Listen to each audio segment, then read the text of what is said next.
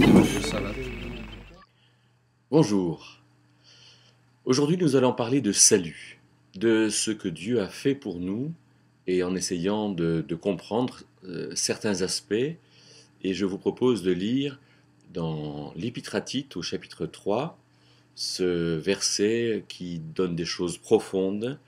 À partir du verset 4, je lis: Quand la bonté de notre Dieu Sauveur et son amour envers les hommes sont apparus,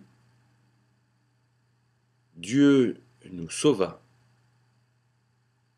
non à cause des œuvres justes que nous aurions faites, mais par sa propre miséricorde,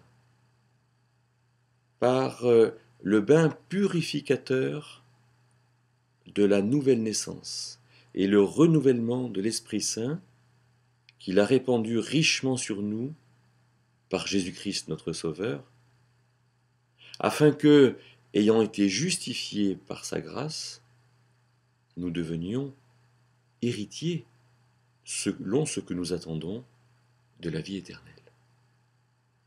Alors voilà un passage qui peut paraître un peu compliqué, mais dans lequel euh, je, je pense qu'il y a des choses simples qu'il faut savoir retenir.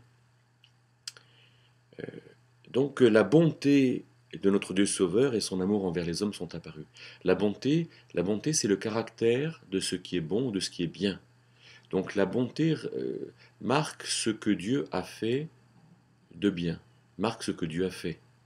Et donc Dieu est bon dans ce qu'il a fait, les cieux et la terre par exemple, dans ce qu'il nous a créés, dans ce qu'il a fait toutes choses belles et utiles et bonnes. Et il est bon parce que il est devenu homme, parce qu'il nous a rejoints, parce qu'il nous a interpellés.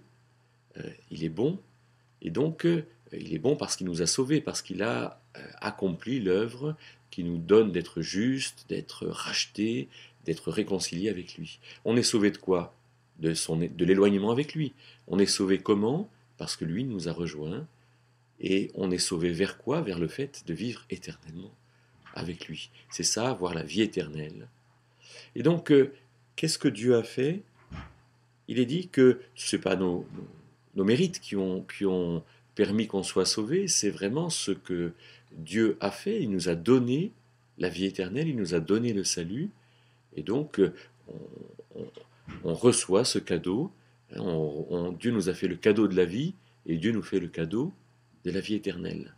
Dieu nous fait le cadeau de la vie éternelle, et on va un peu creuser ces choses. Il dit qu'il l'a fait avec sa propre miséricorde, en nous faisant passer par le bain purificateur, lavage, hein, c'est ce que dit le verset 5, de la régénération ou de la nouvelle naissance.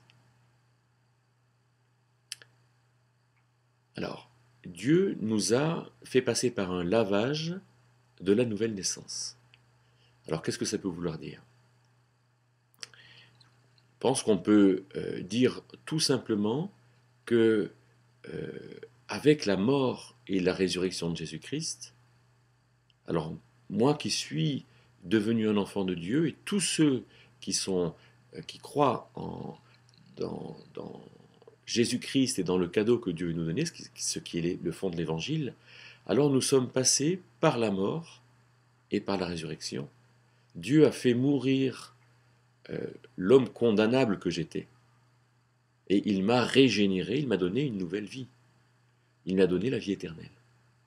Et donc, cette régénération, cette nouvelle naissance, en grec pali genesia, c'est-à-dire littéralement la nouvelle naissance, la régénération, m'a lavé. Et donc, du point de vue pratique, est-ce que je me vois propre? Est-ce que je me vois pur? Est-ce que je crois, est-ce que je comprends que Dieu m'a lavé? C'est ce que Dieu a fait en moi, m'ayant donné le salut. Et puis, la deuxième partie du verset, c'est qu'il a renouvelé en moi l'Esprit Saint. Il a euh, euh, rendu nouveau, il a renouvelé en moi l'Esprit Saint. L'Esprit Saint, c'est Dieu qui habite en moi. Et parce que je suis enfant de Dieu, Dieu habite en moi par l'Esprit Saint. Et dans la mesure où j'étais réconcilié avec Dieu, alors l'Esprit Saint vient habiter en moi. Donc par le salut que Dieu nous a donné gratuitement, mais ce cadeau gratuit, alors nous l'avons si nous l'acceptons, si nous le recevons de la main de Dieu. Alors avec ce cadeau, eh bien Dieu m'a lavé, c'est ce que Dieu a fait.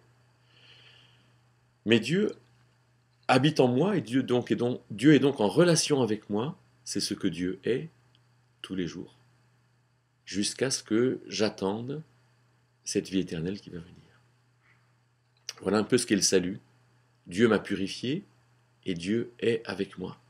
Et bien que ces deux choses nous nourrissent et nous portent, le salut, c'est à la fois d'avoir été euh,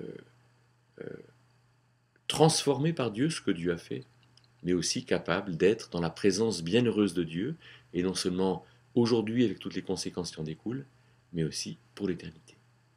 J'espère pour vous qui m'écoutez que vous avez l'assurance de la vie éternelle.